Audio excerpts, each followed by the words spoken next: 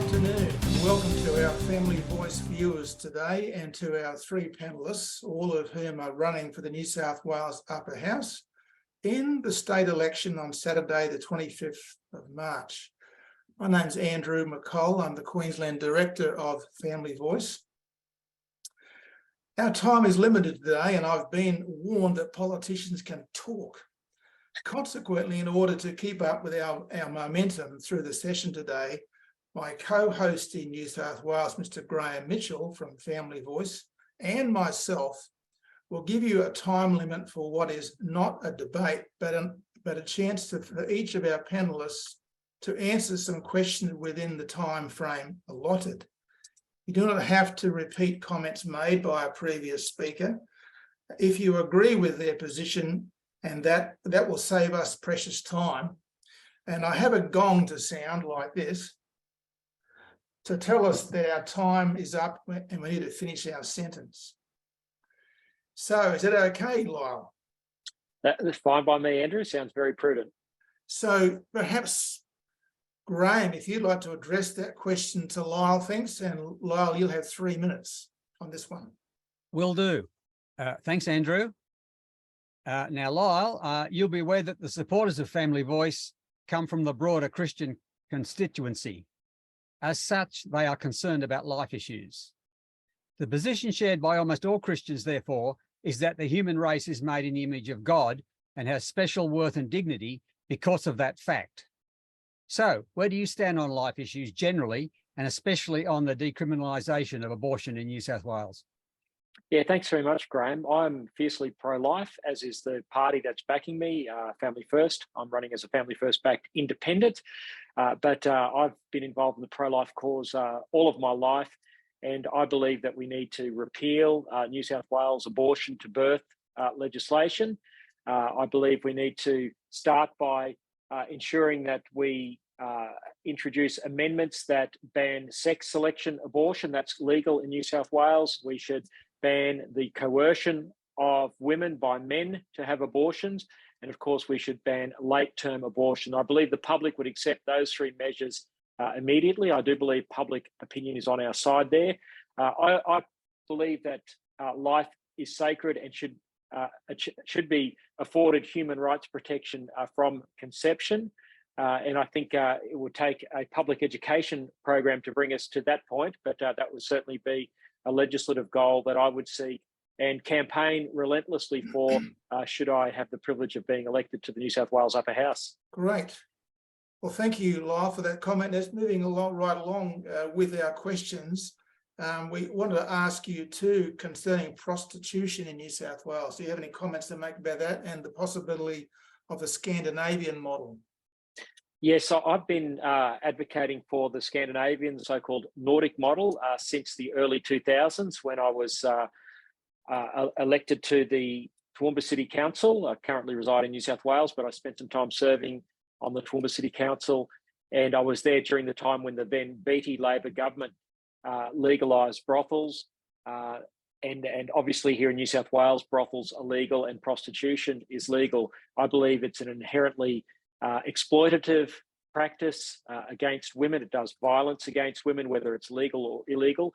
And I have advocated for over 20 years that we should adopt the successful Nordic model, which has been adopted in other countries in various forms, such as Canada, Israel, some of the other Scandinavian countries, also the UK to some extent, I understand. This is a model which penalises the buyers of women, and prostitution is predominantly, not exclusively, but predominantly an offence against women. It is inherently violent against women, and it is the perpetrators, the purchasers of women who should be punished, not women themselves. And that policy approach has been shown to dramatically reduce human trafficking of women and girls, which is a scourge through Europe.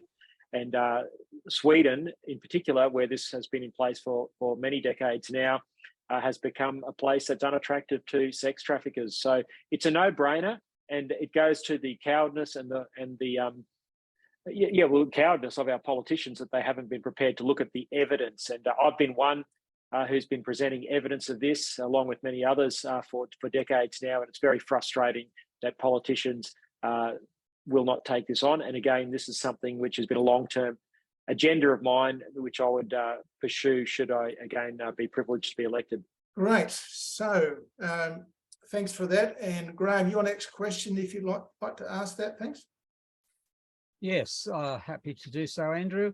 The third question is about radical gender ideology. And just to lead into that topic and explain what I mean by that, I was present at the ACL Election Candidate Forum last night and expressed my thanks for such an excellent meeting where both Mark Latham and Lyle Shelton were invited speakers. It was a very good night. In his introduction to the meeting, New South Wales Political Director Rob Norman expressed the view that many of the social issues that concern Christians spring from radical gender ideology. Do you agree with Rob Norman's view? And what will you do about it if returned to the Parliament, or in your case, Lyle, elected for the first time? No, thanks, Graham. And indeed, that was a wonderful event last night, as is forums like this. Look, I've been campaigning against radical gender fluid ideology since 2015, when I was working for the ACL and we became aware of the so-called Safe Schools program. We spent a lot of time and effort over the course of 2015 and 2016 trying to bring this to the public's attention unsuccessfully, but eventually it did make its way to the public square. Still has a long way to go. If I'm elected, I will introduce legislation to ban the treatment of minors in gender clinics. So ban the treatment of them with experimental puberty blockers and cross-sex hormones, which are known to have lasting and very detrimental side effects, including sterilisation and sexual dysfunction. And also, I would seek to ban the surgery of minors. There's been many documented cases of young women under the age of 18 who have had double mastectomies already in this country. The number is unknown. I'm aware of at least 5 cases. So this is a very real problem. There's an epidemic of children presenting to gender clinics. It's gone from 200 in 2014 to over 2,000 in 2021. And this has coincided with gender fluid ideology being promoted in our schools and in our culture. And so not only would I seek to ban the treatment of minors with this radical, experimental and harmful treatment, but I'd also seek to have it eradicated, the teaching of it eradicated from our schools. And it amazes me that under a Liberal national government that they've not been able to get this stuff out of our schools. Thank you, Lyle. Well, we've been joined, I think, by Tania and Mark. Good afternoon, Tania and Mark. Good afternoon, Andrew. It's good to be with you. Good. Well, thank you for joining us. I might put a question to you concerning poker machines for a moment or two and talking about that potential cashless card, if you would. So thank you, Lyle. Go ahead. Yeah, thanks very much, Andrew. Again, this is another issue that I've been a campaigner on for many, many years now. In a previous life, I was a member of Reverend Tim Costello's Australian Gambling Task Force Committee, which has now become the Alliance for Gambling Reform. And I very much support the curbing of poker machines. I think the Premier Dominic Perrottet is to be commended for taking on the powerful clubs and pubs lobby. We all love our clubs and pubs, but the idea that they need to exist and profit off the poor and the vulnerable who become addicted to poker machines, which are rigged to cause great losses, is an anathema. And I think the cashless gaming card is a positive step in the right direction. I'd prefer something like $1 bets, or even better, that we eradicated poker machines altogether. And I think it would be reasonable to have some sort of an industry adjustment package that would assist clubs and pubs to transition away from poker machines and into a line of business that didn't involve something as unethical as exploiting poor people. New South Wales has something like 90,000 poker machines in the state. The only place outside of Las Vegas that has more poker machines is New South Wales. Something like $18 million per day is lost. So the money that is saved to the economy as a result of the harm that it does to people who then require social support, the money that's lost to retailers. This is money that would be recaptured in productive ways within the economy if we did eradicate poker machines. So it's a false economy to think that the government is somehow benefiting from the tax revenue, the pittance that the clubs put back as so-called social license in community grants. Again, it really is a false economy. We would be all better off financially and socially if we got rid of these things because of the harm they do to people, the families and the marriages they destroy, and the lives they destroy. So, yeah, I'm against poker machines, and I'm pleased that Dominic Perrottet has taken a stand here. Chris Min says he'll have a trial. That's not good enough. We've got to take action, and I'd be very supportive of action to curb them and eventually eradicate them. Okay, great. Thank you, Lyle. So what I might do now is, from what I can hear from Mark, he's got his wire sorted out there in Wyong, so I might put a question straight to him. If you can hear me, Mark, all right? Yeah, I can, Andrew. I hope you can hear me. Yeah, I just think I might have you coming up now. So just concerning the matter which Lyle was talking about, namely the poker machine matter, can you give us your thoughts about that one, please, Mark? Well, I think one of the mistakes you can make in public life is to think everyone needs to have a life exactly like yours, exactly according to your values, priorities and interests. The reality is that the community clubs do a lot of wonderful work for a whole range of organisations. A lot of people get pleasure. It might not be Lyle's pleasure, it might not be my pleasure, or they get some pleasure from responsible gaming, be it betting at the TAB or having a flutter on the poker machine. So the thing is to target problem gamblers and try and deal with that problem at source. And quite realistically, you won't do that by just banning everything. If people want to have a bet, they can go online and bet on the Singaporean gaming houses or any place overseas. So there's got to be an element of freedom and treating people like responsible adults instead of expecting everyone to be a mirror reflection of who they are in life. And the reality of our problem gamblers, and I know this very well from my own upbringing, is that you need to identify them and get them into diversion and counselling programs, limit the damage that they can cause to themselves and their family. And you can't do that realistically without the assistance of the community clubs. And I'm a bit sick and tired, I've got to say, of people who don't go to these clubs, don't know the work these clubs do, sneer at working people who just want to have a bit of a bet, saying that somehow government can ban everything and all our problems are solved. The reality is, if you ban poker machines or you put a betting limit or you go down the Perrottet path on poker machines, what do you do if the problem gambler walks 40 metres over to the TAB window and spends a lot more money and blows a lot more funds for their family than they did on the poker machines? So you've got to do this in cooperation with the clubs.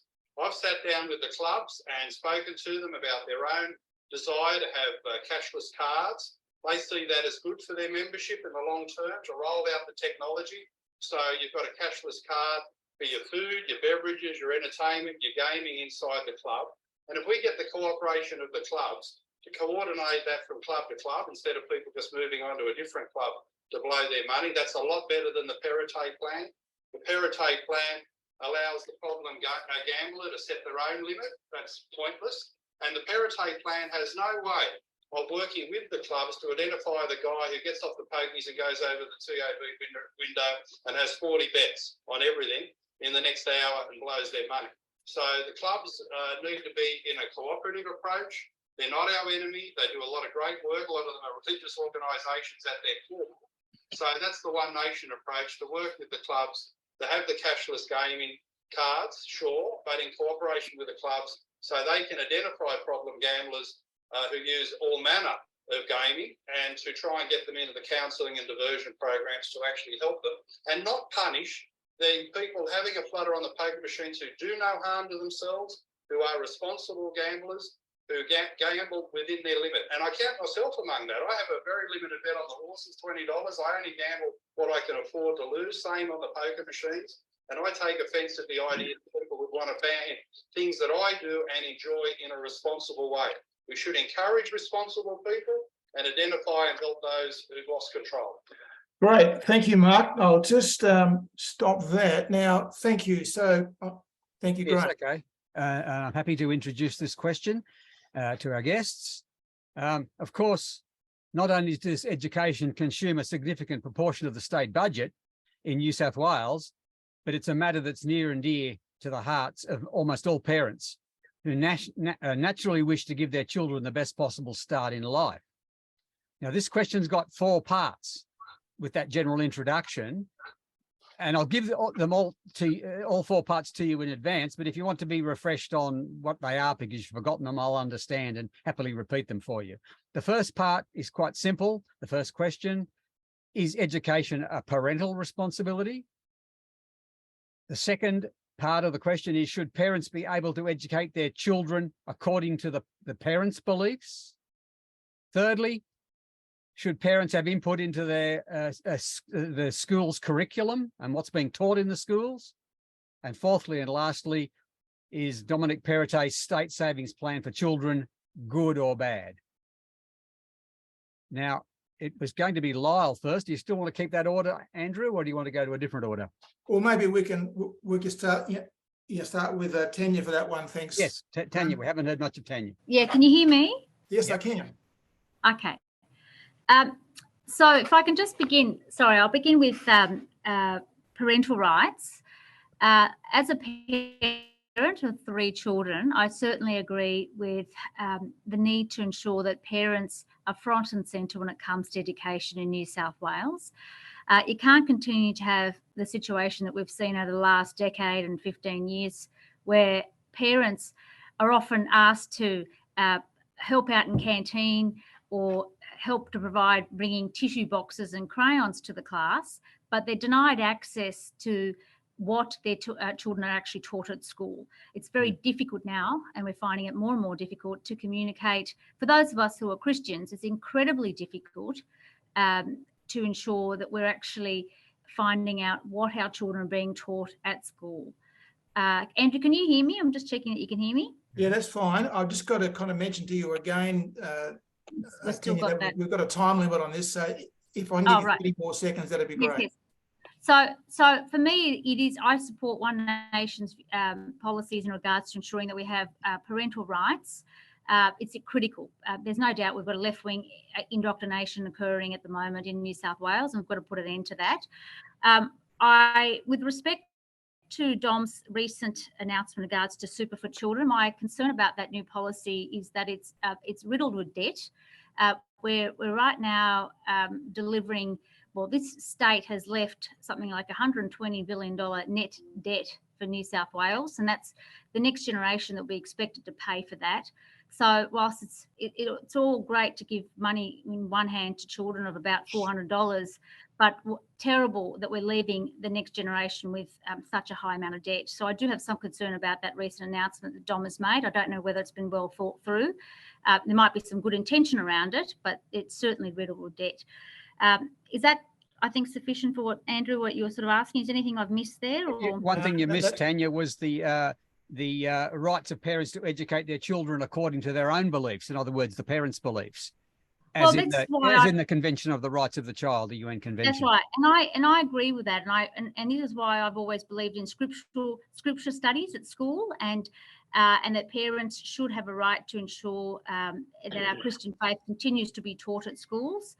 And that parents are not denied information that's being taught at schools too. Recently, my son had to endure Alex Greenwich as a guest speaker at his school during World Pride. And in that case, as parents, we were not given the option of whether our children could attend that assembly or not. And that's what's difficult as a parent in the current environment, where teachers are imposing their particular views on children, and parents are not being given the option of whether they want their children to participate in those type of assemblies. So I do agree and certainly support more parental rights in that regard. Thank you very much, Tania. So what I might at this point is come back to you, Lyle, for a minute on that subject of education, if we could. Yeah, sure. Look, I obviously support education as a parental right. My parents were part of a church community that started their own school because as parents, they were disillusioned with the state system. That was back in the late 70s, early 80s. Nothing's changed. I sent my kids to an independent Christian school for the same reason. I do believe that parents' beliefs should be paramount. And at the moment, those beliefs are being rode roughshod over by the government. And Mark Latham has done some tremendous work with the Parental Rights Bill, which I also support. Curriculum issues, absolutely. Parents should have say and veto, particularly when it comes to controversial issues like gender fluid ideology, critical race theory, and the like, which have laced the curriculum. We need to get the curriculum back to basics. And with regard to Dom Perrottet's kids savings plan, great idea. It would be wonderful if New South Wales had a sovereign wealth fund. It would be a fantastic policy, but we don't. As Tania rightly said, $120 billion of net debt, $160 billion of gross debt by June next year. That's $13,000 for every man, woman and child. It's a false economy to say that a child's going to end up with $28,000 to $48,000 in their kitty by the age of 18. They're starting $13,000 behind because of the state debt. And of course, government spending is out of control, pushing up inflation, pushing up interest rates and power prices. So any benefit any child might get from this is frittered away because the government hasn't got the basic economic fundamentals right in the first place. And that's where their priority should be. Then we would all prosper as long with our kids. Great. Thank you, Lyle. So just coming back to you, Mark, for your comments about the state of education in New South Wales today. Well, one of the worries we've got is that teachers think that they're taking over the role of parents. And the Teachers Federation, for instance, put out a training video to say to their members, teachers in government schools, that if you find out anything about the gender and sexuality of the students, don't tell the parents because it's not safe for those students to go home that afternoon, which is a terrible, terrible slur against the parents of New South Wales who overwhelmingly are loving and caring and devoted. So what we would do in One Nation is resurrect the Parental Rights Bill, which declares parents to be the primary educators of their children, gives them a legal right to take their kids out of classes that don't accord with their family values, their religious moral values, that ensures that parents know what's coming up in the classroom and no surprises policy. They're fully aware of what's being taught. You know, the number of parents have rung me and said, oh, my 13-year-old daughter's just come home and I found out that Year 7 English is gender studies. Well, that's got to end. There's got to be a full parental knowledge and input to the curriculum. And we've also got to make it a legal obligation on schools to inform parents of anything important to do with the academic or personal development progress of their children. So no good ever comes from keeping parents in the dark. Schools have got to stop that.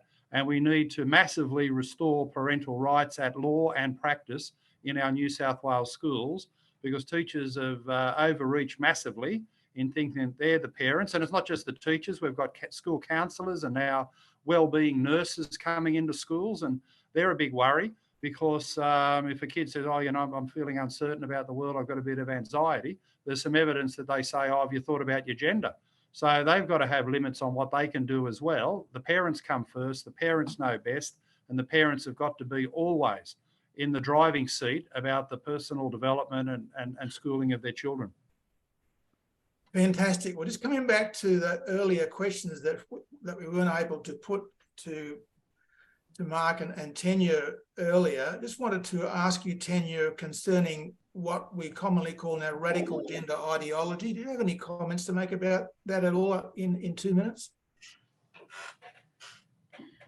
Yeah, look, as I said earlier, and I think it was missed, but I am a parent of 3 children, and I'm always concerned about the sorts of indoctrination that's occurring at our schools. Sure. And it's made it very difficult for parents. Often we're turning to Christian schools and we're trying to, I know a lot of my friends that homeschool their children because it's becoming harder and harder to send our children into public school systems.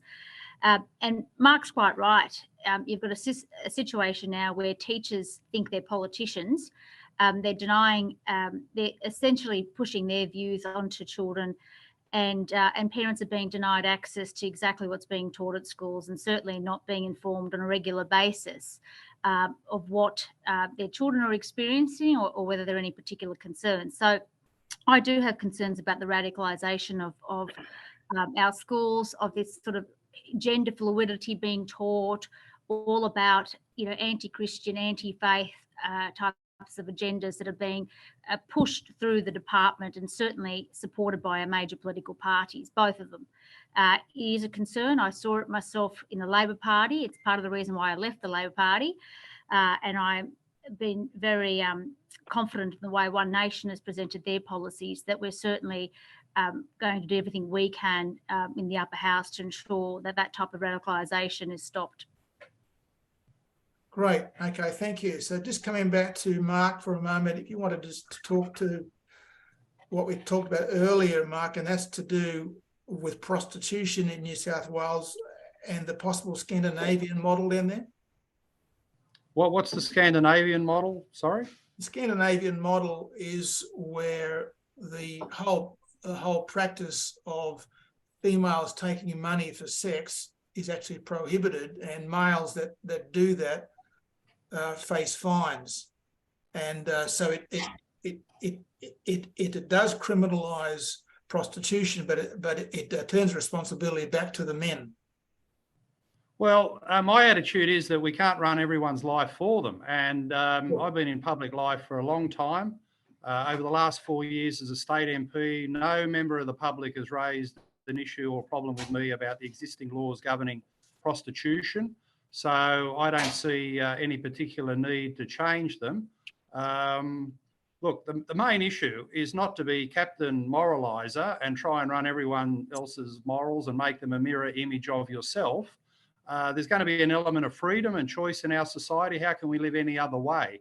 The key thing is to stop the left wing imposing upon people, whether it's radical gender fluidity ideology or woke material in the school or PC, what we can say and believe.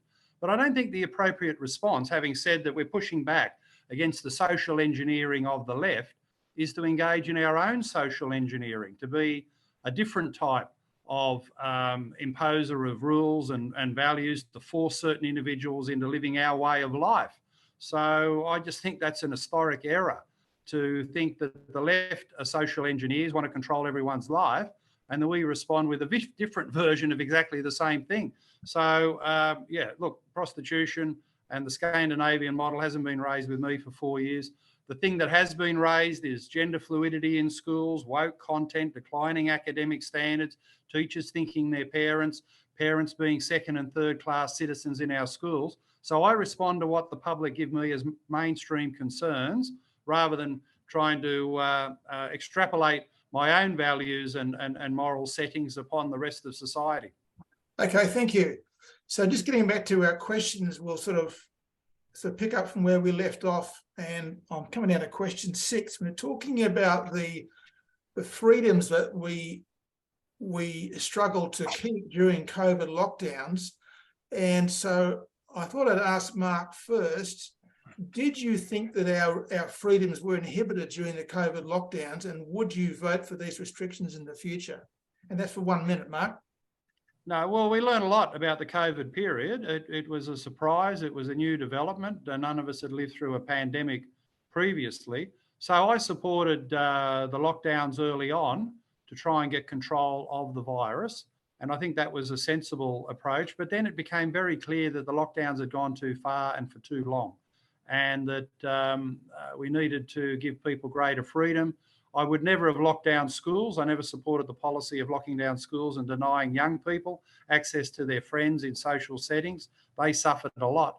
So in hindsight, I wouldn't give government those policies beyond really what should have been the correct response to COVID with what we now know, and that is to have lockdown of the elderly and those already sick, and let the rest of society get on with their lives, particularly young people going to school and not suffering the physical and mental trauma they went through of being locked in their bedrooms for 3 months. Okay, thank you. So, Lyle, would you care to share us your thoughts about those COVID lockdowns things? Yeah, look, I agree entirely with everything Mark has just said. Like him, I supported the lockdowns initially. I thought that was a reasonable response. I was willing to cut governments a bit of slack early on, but very quickly, and I'm talking by about Easter 2020, I think it became clear that there was a massive overreaction underway, and that the appropriate response should have been to quarantine the vulnerable, to pour all that money into making sure the elderly, the sick, the infirm had the best standard of care rather than this society-wide thing. And I think it was a grave error. But earlier on, yes, we didn't know what we were dealing with. But the longer it went on, the more ridiculous it became. And what really worried me was the suppression of debate and dissenting ideas. And I never want to see us go back to that again, where you can't have dissent and debate, and where people are demonised as, you know, with labels instead of their issues being discussed rationally. Thank you, Lyle. So could you comment, please, on that, Tania? Yeah, look, I was at that time a member of the Labor Party, and I have to say it was incredibly difficult to see that the Labor leader, Chris Minns, did absolutely nothing in that regard. He at all times told Labor MPs to simply accept what was being said by Brad Hazzard and by the departmental officials. And in an area like Bankstown, which wasn't very far from Fairfield, we were incredibly locked down and incredibly disadvantaged. And one of the things that I felt really hard for my community was the fact that so many people were fined unnecessarily, of which nearly all those fines were overturned later by the courts. That was a huge injustice.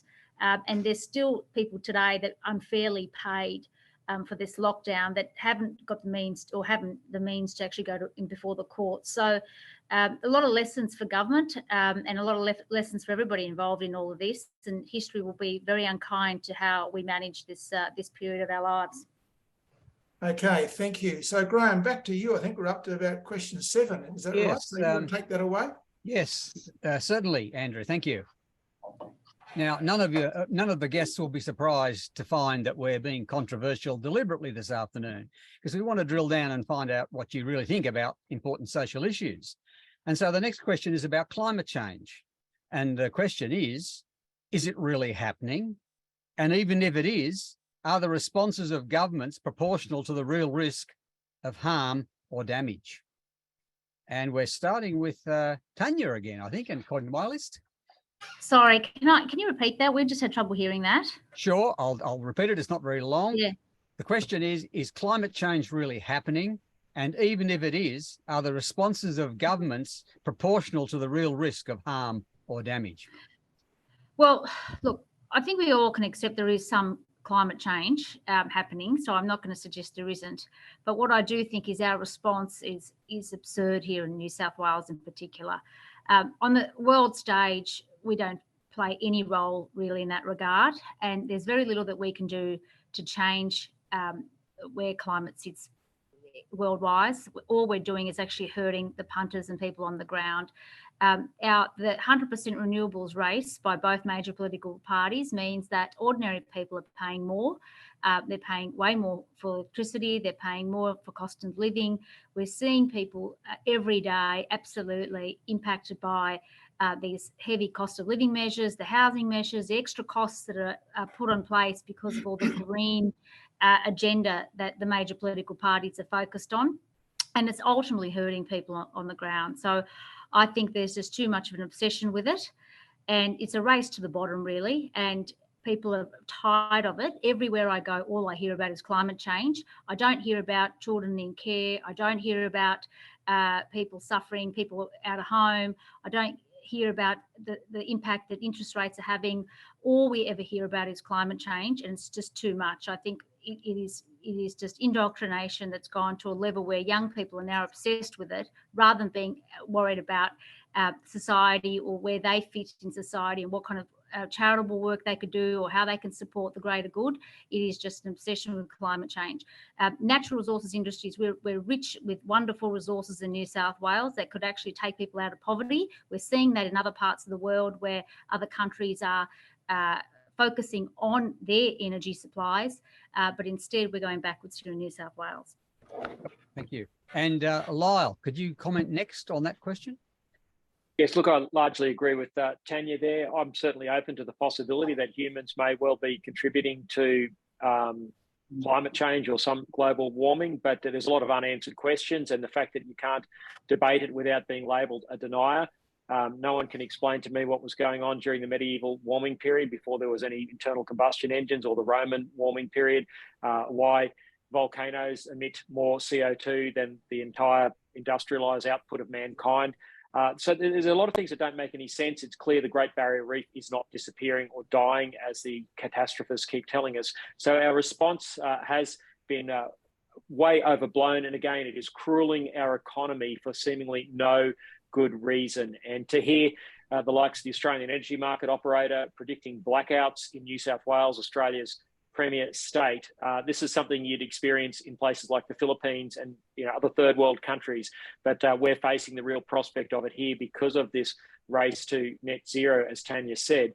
And we're doing it without any regard to the costs. There's no cost benefit analysis done. There's no economic studies. There's no engineering about how you transition a modern industrialized economy to windmills and solar panels and pay for it, and how you keep the lights on 24/7. We've got Snowy 2.0, blank check, gone from $2 billion to $20 billion. You could build a nuclear power station for $50 billion, they say, and that would be emissions-free, reliable electricity. But I think this is where we call the bluff of the Green left, because they are dead against that which could be providing 24/7 baseload electricity at an affordable price. And I think their bluff is, their real agenda is that they want to deindustrialize us and make us poor, rather than allow us to continue to grow economically and increase the prosperity of our people. So to me, there's another agenda behind this climate religion. I will call it a religion. Some call it a climate cult. It's an obsession. I think it's taken up way too much of the political discourse over the last 20 years. It's been a massive distraction, and it's making us poor at a time where China is making itself rich. And the sooner we get away from this and get some proportionality back into this debate, the better. Thanks, Lyle. And Mark, would you like to complete the comments on that? Question? I think over time I've grown increasingly sceptical. I mean, the initial science was impressive, at one level compelling, but let's be honest about it. We've had a couple of decades now to judge these predictions. There's no evidence that the sea levels are rising and Pacific Islands are sinking into the ocean. There's no evidence that the polar bears are all dead. In fact, there's increased numbers. There's no evidence that the polar ice caps are melting. There's no evidence that the Great Barrier Reef is dying. In fact, Peter Ridd has shown clear evidence that 85% of it at the current time has never been more lush and effective and growing the coral. So a lot of these predictions haven't come to pass. You look at the last 3 summers we've experienced here in New South Wales, as mild as, nowhere near as hot as when I was growing up in the 1970s. So yeah, look, for me now the jury is out, but I certainly agree with Tania and Lyle in saying the public policy reaction is a total overreaction and driven more by ideology and determination to go 100% renewables, have these electricity price increases, blackouts, deindustrialisation. Yeah, it's a war on capitalism that's being waged by the left rather than a war regarding the climate. Thanks, Mark. And back to you, Andrew. Okay, so we're talking about climate change, and that sort of leads on to the whole matter of energy policy for New South Wales. And beginning with you, Mark, and then Tania, and then Lyle, could you care to articulate, Mark, your position or your thoughts about energy policy? Well, the number one feedback I get from the public is about the cost of living crisis. We've got pensioners who won't turn the aircon on because of the electricity bill in summer, won't have heating in winter because of their worry about the bill. Australia used to have the most affordable and reliable electricity system in the world, and one nation has never seen the need to change that. The so-called transition to a green energy economy has meant huge costs for building renewables in the western part of New South Wales, huge transmission wires and corridors, very expensive, hundreds of billions of dollars. We're the only country in the world with a thing called rewiring the nation. And now people are having to pay for it. That's why the electricity bills have gone through the roof. The banning of gas exploration and production in New South Wales has sent the gas prices sky high. So if you want affordability in the power bills, you need to halt the transition to a green energy economy and do what is common sense, that New South Wales should have flourishing coal, gas, nuclear power. How can we have nuclear submarines and not have nuclear electricity generation? And also the renewables that exist. So let's get back to what works and ensure that the electricity bills come down instead of up, that we keep the lights on, that we defy the AEMO predictions of blackouts, because Matt Keane, quite frankly, has sent us down the path to disaster. We voted 85 times against this in the Parliament 2.5 years ago and said, you're driving out the coal-fired power station. That unfortunately has come to pass with the Eraring, and you haven't got the backup power in place to keep the lights on. That's unfortunately come to pass with Snowy 2.0 and the Curry gas peaking plant. So One Nation was correct at that time. It's unfortunate that we've been proven correct, but that's the policy setting we need for the future in New South Wales rather than Matt Keane madness. Thank you, Lyle. Tania.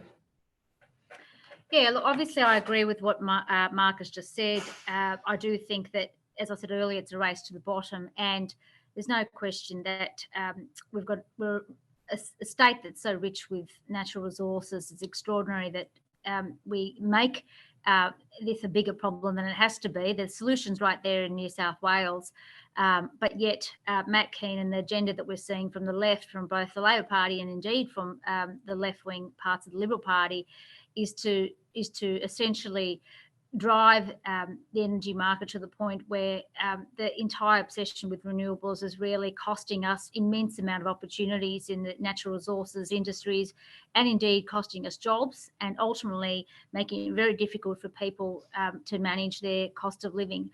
I think that we're, as I said earlier, a state rich with immense amount of resources. We should be tapping into those resources. There's so many opportunities.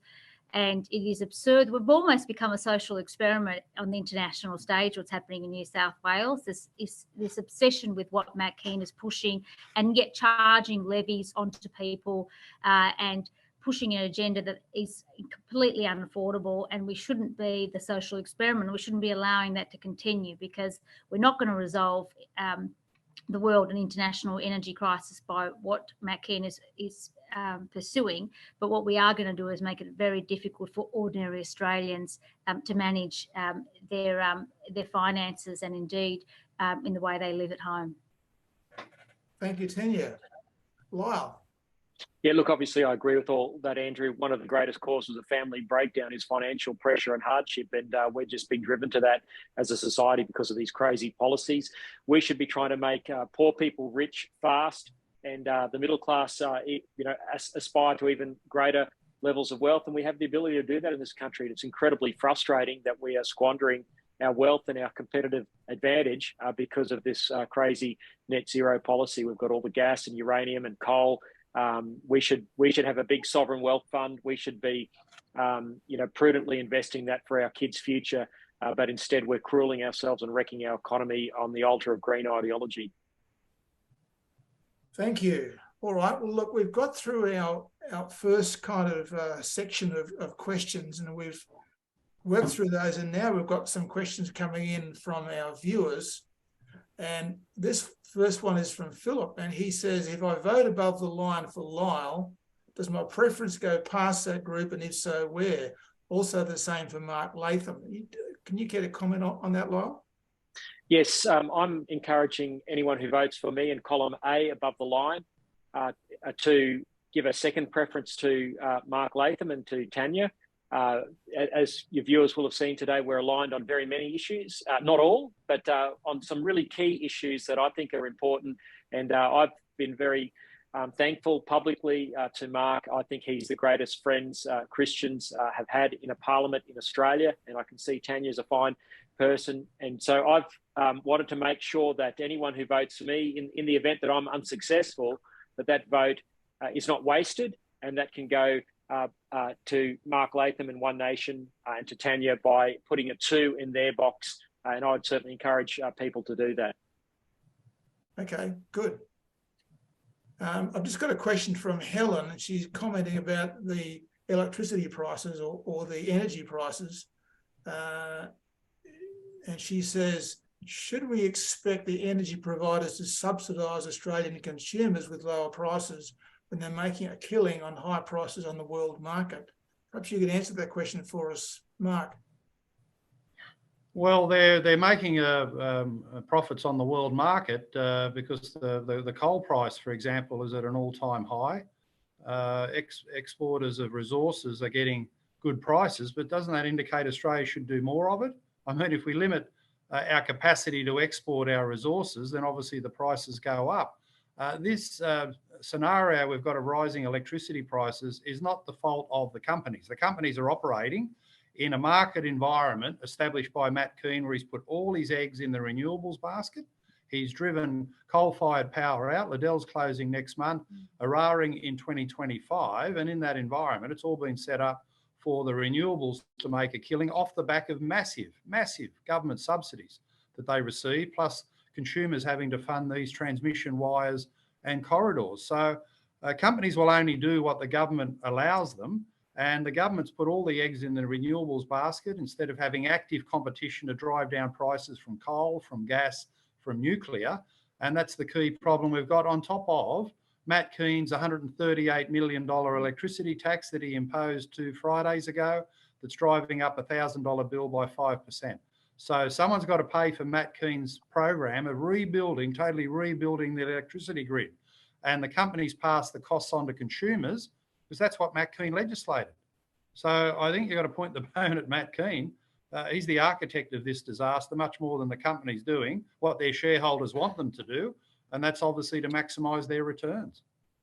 Great. So, okay, so I just wanted to come back to Tania for a moment, if I could. Tania, can you just put to our viewers your thoughts about the whole notion of abortion, please? Well, the abortion that was decriminalised back in 2019, I was one of the main people opposing that. Obviously, sadly, we lost that debate in the Parliament. At the time, we were given a conscience vote, and as you saw, there were a number of people from different political parties, both Liberal and Labor, that voted against that. But sadly, the overwhelming number of people within the Parliament did support that. And we're going to see a lot more of that type of agenda in the future. We saw it with euthanasia as well. And when you've got people like Greenwich having such enormous control in the Parliament, it's all about social engineering for him. And he will continue to move that type of legislation, which he did with abortion. For someone who only represents a very small, tiny inner city Sydney electorate, he's managed to have so much power. He's had enormous amount of power in the last 4 years in this Parliament, unfairly so. And I think he'll sadly continue to have that power. And we need to have strong people elected but in both chambers to ensure that this type of social engineering is stopped. I was attacked, as were many others. I work closely with Tania Davies. Some of you might know her as a Liberal, also very much opposed to abortion as I am. And we were both ostracised. I certainly was ostracised by the Labor Party at the time when I was a member, and it made it very, very difficult. But I thank all the different religious organisations that were very strong in that, and the different religious institutions that did help us during that very difficult period. We had a huge rally in the city for people who were opposing that legislation. And look, as I say to everybody in our faith, that we just need to continue to be strong and continue to ensure that we vote the right people into Parliament. Thank you, Tania. Now, I've got a question from someone who wanted to know about the One Nation preferences. Could either Mark or Tania let us know who you plan to give your preferences to? We're asking people to vote in our group, Group Q, one above the line. Andrew, and I suppose to Lyle, the reality is that in politics, you've got to face the reality of what your supporters are willing to bear. And I've had extensive experience now, the Upper Hunter by-election, the 2019 election. One Nation supporters don't like allocating preferences. And the data shows that up to 80% of them don't. And this is a hangover of the pre-Turnbull era, when you had the vote whisperers and the impression that all these preferences worked out behind the scenes in a way that's not democratic. And our supporters don't like to allocate preferences. Now, I've been in politics long enough to know, well, I'm not here to tell our supporters how to allocate their votes. If they vote one for us, well, that's what One Nation is there for. To win as many primary votes and get as many people as we can into Parliament for all these important causes that we've been talking about. But I do say to those who are inclined to allocate preferences and see it as important, that you should put us one, someone like Lyle, Shelton, number two, the shooters, who we've worked closely with in the New South Wales Parliament. Ultimately, the preferences are not in the control of the political party that has a how to vote at the polling station. The preferences are in control of the individual voter. And as an individual voter, if you want to allocate out 150 preferences below the line, you go for it. But please vote for the right people as you do that. And if you want to allocate preferences above the line to good people like Lyle, Shelton and Robert Borzak from the Shooters and some of our other allies, you go for that as well. But One Nation has a policy in recognition of the very, very strong preference of our supporters to vote one for One Nation. But for those who want to do an allocation, make sure you get it right, do it in full, and look after someone like Lyle Shelton, who's a great fighter for all these causes. Great, thank you, Mark. Now I've got a question that is back to you, Mark, about that earlier question. That this is from Leonie. She says, given that Australia is a major destination of trafficked women and girls, largely unknown to the public, would Mark, whom I admire greatly, be willing to investigate the Nordic model of response to prostitution, which was sketched very briefly earlier? Well, I think we should have very strong laws against sex trade trafficking, bringing young girls from Thailand or any other part of Asia or the world into Australia as part of sex trade rings. I think it's illegal now, very strongly illegal, and I'd be happy for life sentences on those who trade those lives individually. So that's a different question to the Nordic model, but I'm all for locking up people who are part of international sex trade rings, which are obviously different to, the prostitution model we have in New South Wales of legalised brothels and the activities within them. So I'm certainly against international sex trade trafficking. I think that's just plain wrong, and I'd be happy to throw away the key on the people who do it and profit from it. Great. Well, thank you to our panelists today, Lyle Shelton and Tania Mihailuk and Mark Latham, for participating in our Zoom session today. We will be putting this up on our Family Voice website, and we wish you all the best and success in the election coming up. To Lyle and Tania and Mark, all the best. And thank you very much to everybody. Thank you. Thank Thanks you. for having us.